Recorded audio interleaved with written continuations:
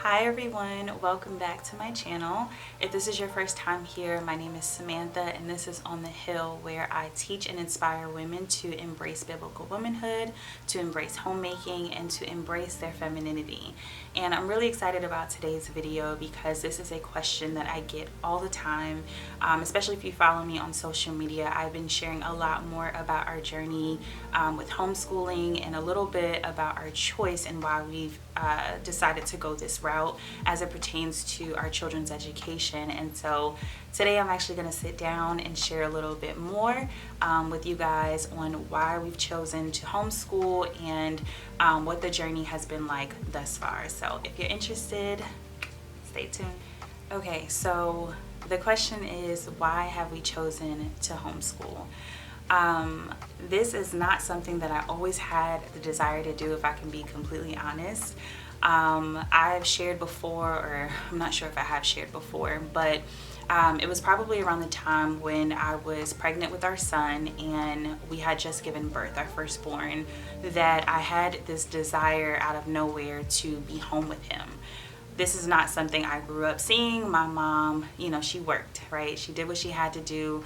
And I grew up seeing women work. I grew up seeing women hustle and bustle and, just grind and do what they have to do to provide for their home. And so this was new to me, but I knew it was a desire that I was having. And so it's something that I shared with Nate. And I remember we kind of talked about me being home.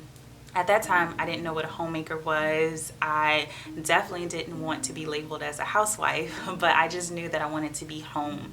I started to just have this desire for my home to just really make it a space that is welcoming and inviting for my husband, that's a safe haven for him, for my children, and for other people that would come to fellowship with us. And so I shared the desire with my husband and he was just like, oh, okay. I think it was something that, it was different for him as well because we had never talked about it. It was completely new. And at that time we sat down and we looked at our finances, and at that time we couldn't afford for me to be home. We needed my income, and I'm not talking about needed my income so that we could, go on vacations or so that we could go shopping or do extravagant things. No, we needed my income to actually pay our bills, to pay for the necessities. And so even though it was a desire and my husband understood it was a desire, it just was not feasible financially. So I went back to work after having my 12-week maternity leave, and I remember we put him in daycare, and I don't know, I just didn't have peace about it. I really just wanted to be home with him. And it was funny because we put him in daycare, and we had a few transitions when it came to daycares because we had to kind of figure out what worked for our budget. I think the daycare we started him with initially was super, super, super expensive, y'all. It was more than our mortgage at the time. And especially because he was an infant. So, sorry, my phone went off. He was an infant, so it was more expensive for him to be in daycare at the time. And so we had a few transitions, and then the pandemic hit. And so we had no choice but to be home. We actually all were home at that time. My husband was home, I was home, working from home, and we pulled our son out of daycare, and he was home. And so we didn't have a choice. It happened. And so we were kind of figuring it out. At that time, I was also pregnant with our second, and so it was a struggle. It was a struggle. There was just a lot going on as far as us transitioning with the military. We were in the process of trying to sell our home. So it was a lot going on at that time. And being home at that time, honestly, was just not enjoyable. I'll be completely honest. I was pregnant. I had a very busy toddler who was also still nursing, and I was still working from home. I was doing mental health therapy, and the kind of telehealth or the kind of therapy that I was doing was a very intensive based type of therapy. So it was just difficult. So it was a lot going on, and I just wasn't feeling it. And so fast forward to, just over the course of the last maybe 2 years, we've had, again, more transitions as we've gotten more settled, in military life. And so now we're here, and we've recently moved, and, my husband is full on active duty. in the military. And so, obviously we had to have the conversation again, are we going to send the children to daycare or to pre-K, or are they going to be home with me? And I'll be honest, there was a part of me that wanted to send them to school or to daycare. I'll be completely honest, because the reality is when it comes to being a mother and then, also having your children home, the honest truth is that you don't clock out. One of, I guess, like the benefits, or something that could be seen as a benefit, is if you send your child to daycare or to school, is that you get some kind of break, right? But when you choose to keep them home, there is no break. And I'm not going to lie, that gave me a little bit of anxiety. I just felt like I would never have time for myself. I wouldn't have time to do some of the things that I also enjoy doing, like YouTube, or like, our podcast, or running my business. And I don't know, it just gave me anxiety to know that there would be no clocking out, like there would be no time away. And not only that, but being in the military, and especially being an active duty family, there are times when my husband comes home at 5 or 6. There may be days where he's going to be gone for 3 or 4 days. There may be times where he's gone for 3 or 4 weeks. There may be times where he's gone for a whole year if he's deployed, right? And so the thought of that, and just knowing that, like, this is a choice I am making and this is it. I mean, of course, it's not like this is it. We could always change to the choice that we've made, but I'm going to be honest, I just had like a strong conviction to keep them home. And so, I always get the question, like, did you want to do this? You must have always wanted to do this. You just seem so natural at it. You just, this just seemed like something that you just love doing. And the honest truth is, this is an area that the Lord is growing me in, and it's a strong conviction that I had. And so because it was a strong conviction and just a strong impression that I had in my spirit to keep my children home, I chose to respond in obedience and to allow my feelings to catch up. And so what that means in this season for me is that there are honestly days where it may be more difficult. I have 2 boys, 2 very active boys. I have a 3-year-old and I have a 1-year-old. And so it can be overwhelming on some days, but I made the choice to say, okay, this is what the Lord is telling us to do. This is what the Lord is calling our family to do. And because of that, I'm going to choose to obey, even if I'm not 100% there, even if I'm a little anxious about it, even if I don't know what it's going to look like, because this is completely new for us. I'm going to choose to be obedient, and I'm going to allow my feelings to catch up. And so that's honestly like where we are right now. And when it comes to, just that conviction and that strong impression I had, there were a few things that I really thought about and reflected on. And, this is a conversation Nate and I have had, and we continue to have. He's completely supportive. Like, honestly, Nate was like, we can send them to daycare. Like, maybe we can find something like half day, where they're not away all the time, or even like a quarter of the day.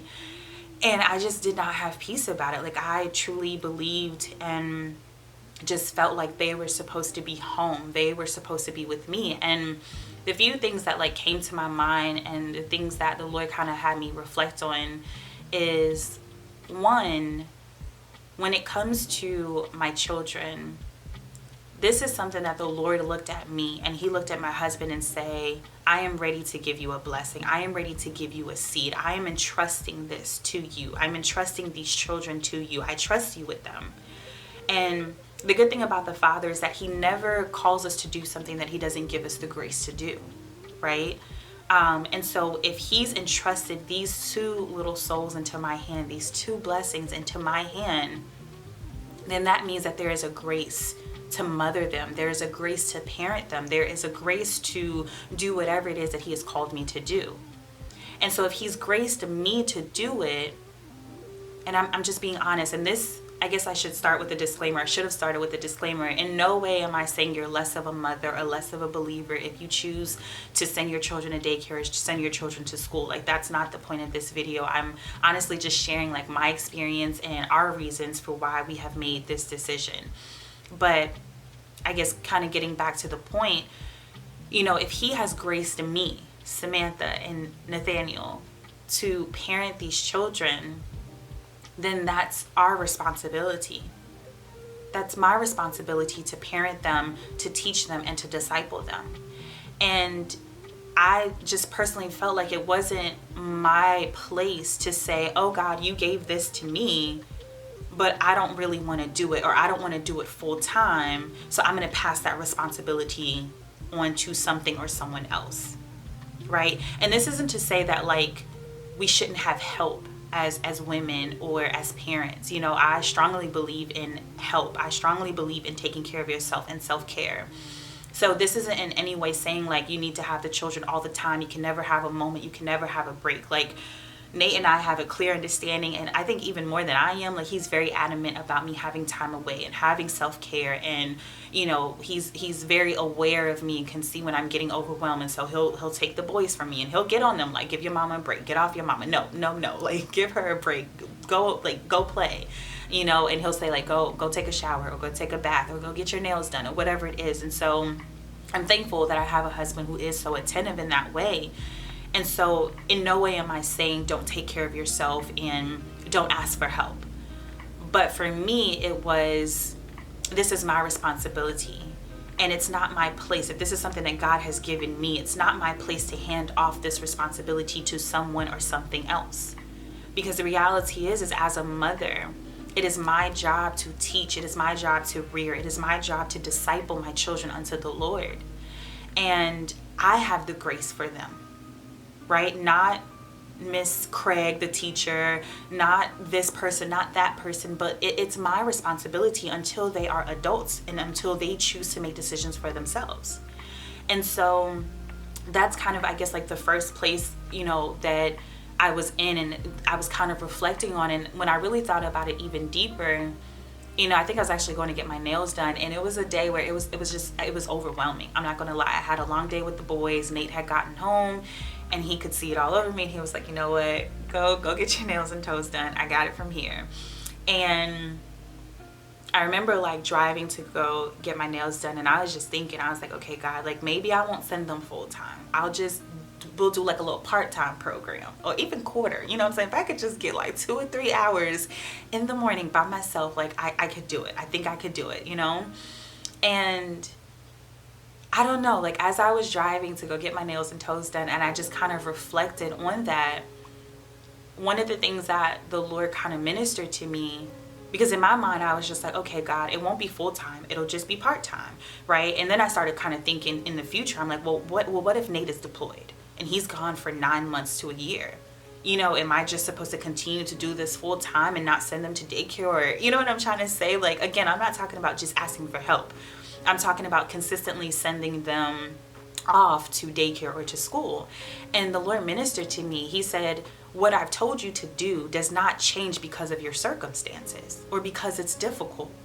Obedience is obedience. And this is what I've told you to do. And so it doesn't matter if Nate is deployed. It doesn't matter if you've had a long day. It doesn't matter if whatever, you're pregnant, or you get what I'm saying? Like, it doesn't matter, Samantha. This is what I've told you to do.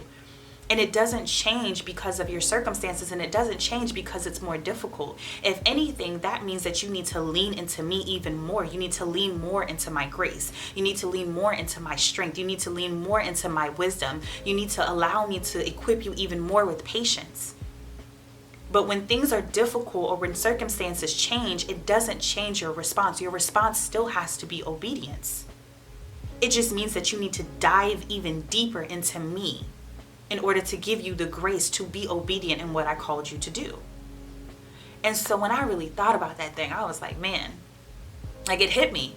And I'm being honest, like I didn't want that, but like that's not what I wanted to hear, because what I wanted to hear was like, oh, well, you know, if that happens, if he's deployed, then you know what I'm saying? Like I just thought that the circumstances would change, like God would change what he told me to do.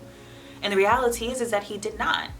And so I think sometimes we go through things, or we have different situations or circumstances, and we want God to come down and meet us where we are, right? Instead of allowing the grace of God to bring us where he is. You know, and I'm not talking about like a work-based type of thing, but again, anything that the Lord calls us to do, there's a grace for it. And some of us are not tapping into the grace that God has given us. We're taking the easy way out. And I honestly got to the point where I was like, you know what? I would be taking the easy way out. It's easier for me to send them to daycare part-time. It's easier for me to send them to daycare even quarter time, right? It's harder for me to keep them home. And the reality is we don't want the hard. We want the easy. I don't want to be stressed out. I don't want to have to teach them. I'd rather someone else do it. I didn't go to school to be a teacher.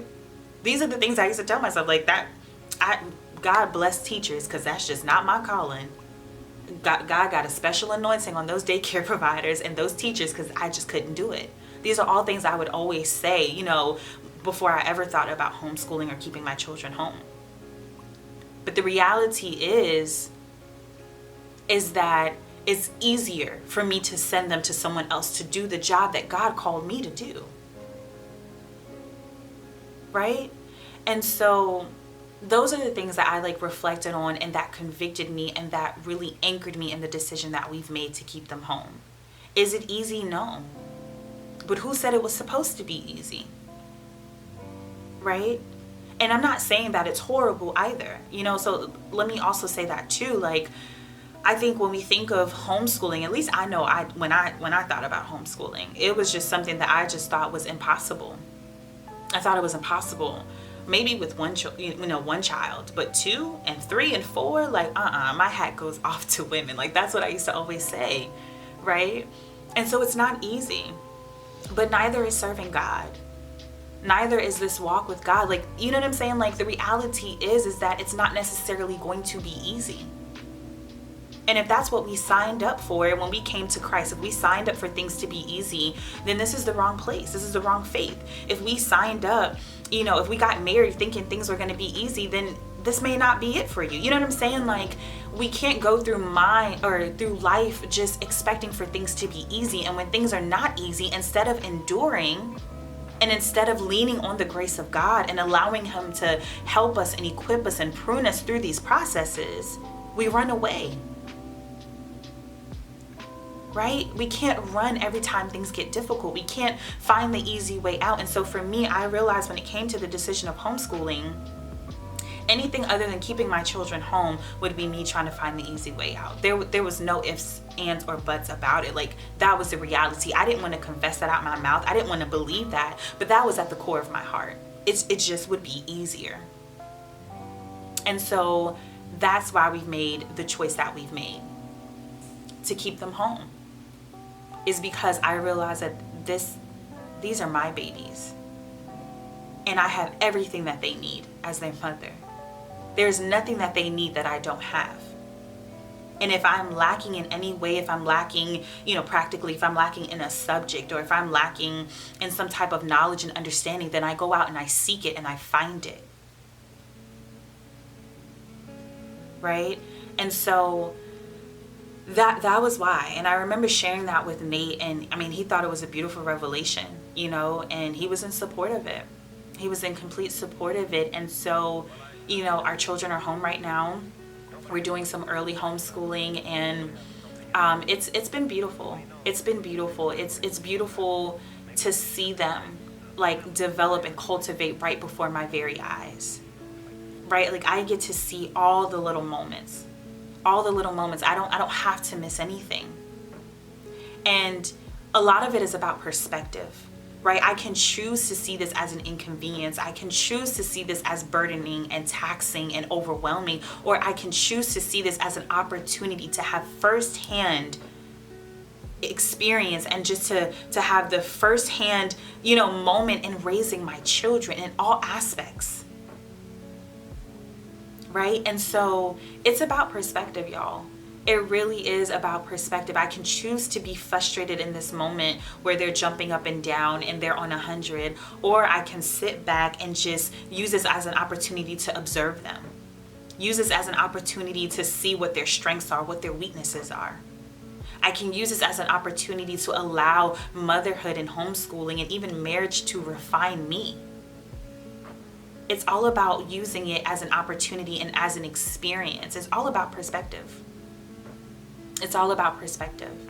And so when it comes to, you know, just our homeschool flow, another thing I love about homeschooling is that I get to choose what my children are exposed to and when they're exposed to it. Right?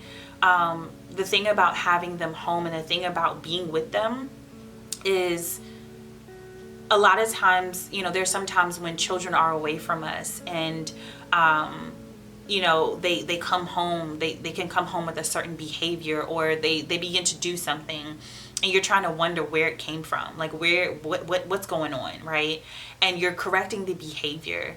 And the beautiful thing about homeschooling and having them home is when certain things happen, because we can't protect them from everything, right? Like at some point they're going to be exposed to certain things.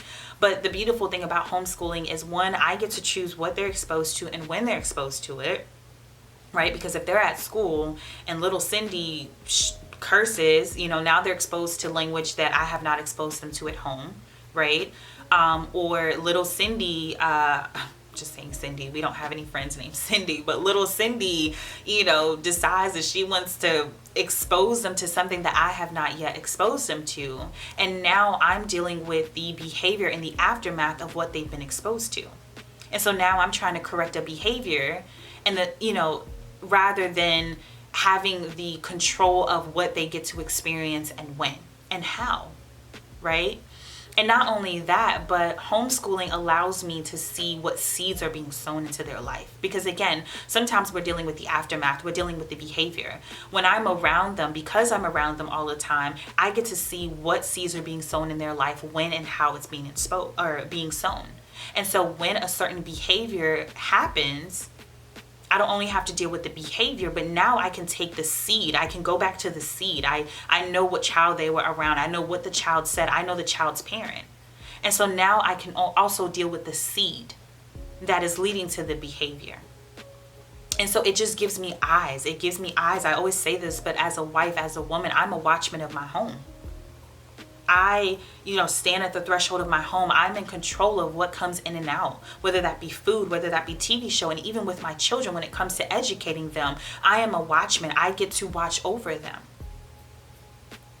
And so I'm aware. I have the opportunity to be aware of everything that they're exposed to. When, how, it doesn't matter. I see it and I know it. And so the other thing about homeschooling that I really love and appreciate is I get to control their learning experience, right? I think when it comes to school, you have the curriculum, you have the standard, and children are expected to meet that standard, or they're expected to meet whatever guideline and quota that the school has. And I think the beautiful thing about homeschool is that I get to look at my children. I look at their strengths. I look at their weaknesses. My husband and I, we have a conversation about, okay, what are the things that we want them to learn? And we create a structure. We create a curriculum around them. So it's more person-centered rather than quota or data or, even standardized, according to a standardized test. Like everything is met according to their needs. Everything is done according to their needs. And that's another beautiful thing about homeschool, is that, for us, we want, of course, Christ to be at the center of it. So all of our mornings start with a devotion. There's a story of the month. There's a scripture of the month. We work on scripture memorization, right? Another thing for us is we get to expand. So not just math, not just language arts, not just reading, but we want life skills to be a part of what they learn growing up. So life skills and also survival skills is going to be a part of their weekly curriculum and their weekly learning. That includes gardening. So for example, this month our focus is plants and flowers and, the parts of a plant or flower, what plants and flowers need to grow. And so today we took my plants outside because I've been neglecting them, and we talked about the different parts of the plants and flowers, and my children helped me water them. Right? And then our Bible story for this month is the story of the fig tree. And so we're just able to have all of the control over what they learn and how they learn it. And we're able to meet it, or we're able to mold it and cultivate it according to our values, according to our beliefs, and according to what it is that we desire for them to learn as young men. I think the last thing I'll say is, I know a lot of times the question is also, well, what about socialization? And, are they just loners? My children love children. My children love children. And when it comes to homeschool, it's all about what you make it. Honestly, the honest truth is all about what you make it. If you choose to stay in the home all the time, then that's what it's going to be, right? I think when we hear homeschool, we just think that all a child does is just stay in the house all day, every day. And that's not the truth. You have co-ops where you can get together with other families, whether it's once a week, twice a week, 3 times a week, and you come together and, you know, your children learn together. And again, with co-ops, a lot of times it's the people that put the co-op together that are in charge of teaching the children. So for example, when we lived back in North Carolina, we had like a small little co-op with 2 other moms. I always did the devotion and the Bible story. Another mom was bilingual, so she always did something around language. And then another mom was actually a kindergarten teacher that came home to be with her children, so she always did like the educational component. So there are co-ops that you can look into in your area, so you don't have to do it by yourself. You know, if you're not strong in math, like I am not strong in math, best believe I'm going to be finding a co-op to, you know, allow my children to be exposed to other children, but like maybe someone else has a strength when it comes to mathematics and they can do the teaching around math. Like teach what you are good at, you know what I'm saying? Like focus on what you are good at. And if there is a deficiency, then just find someone or something that can fill that gap for your family. Another, you know, thing when it comes to, you know, children being home is you can find other things in your community. You can have a museum day, you can have a library day. Fridays are our library days, and when we go, there are a lot of other children there. They have like a letter of the week, they have arts and crafts, they get a snack, they have music time, and this is just something that the library does for local families. And so there are a lot of free things as well, you know. You don't have to pay for a pricey or super expensive curriculum if you don't want to, and you don't only have to do things one way. You know, our family, like I said, you know, it's going to be faith-based. We do a lot with languages, so my son is learning Spanish and he's also learning Hebrew right now. You know, we also like to do a lot of things nature-based. So even if we're doing some type of learning, we'll take it outside and do it outside on the patio, and we'll sit out there and we'll talk and we'll go through the lesson. You know, so we do a lot as it pertains to nature, you know, so like there's no limits. I think for me is like another beautiful thing about homeschooling. Like there are no limits. You can do whatever. Survival skills, that's going to be a big part of our homeschool curriculum. I actually found a curriculum that incorporates that into it, so I'll be pulling a little bit from there. So like literally, y'all, like the sky is the limits when it comes to homeschool, and I'm really excited about that. And so yeah, so again, I in no way am saying that anyone is less of a mother or less of parents or less of a believer if this is not the route that you choose. This is the route that we have chosen. It may not be popular, but it's what we've chosen. And you know, a question I get a lot is, do you plan to homeschool through high school? Honestly, I'm not sure what we are going to choose as our children get older. I'll be completely honest, like the world is not getting any better. There are a lot of things that are being taught in the school systems that I don't agree with. And you know, I want to be able to have control again over what they learn, what they're exposed to. And so that doesn't mean we won't expose them to certain things. They will be exposed to it. It's just inevitable. But we get to do the exposing and at the pace that we want to expose them. And so yeah, today's video was just really to just share like why we've chosen this route. I know people have really asked for us to kind of share more of the journey of like what planning for a month looks like or what planning for the week looks like. So I do plan to share more vlogs. If that's something that you guys are interested in, just let me know down in the comments. So yeah, I hope this video wasn't too long, but I pray that this encourages anyone that maybe just started this journey, or they have questions about it, or they feel a little iffy or hesitant about it. And if the Lord has been tugging on your heart, then I pray that maybe this would be confirmation for you, or you know, it would just encourage you to take heed to whatever it is the Lord is leading you to do for your family. If you guys have any questions or any other suggestions for videos, please drop them below. And if you haven't already, please subscribe to my channel and share this video with someone that you think could benefit or be encouraged by listening. I hope you guys have an amazing day. I'll see you next time.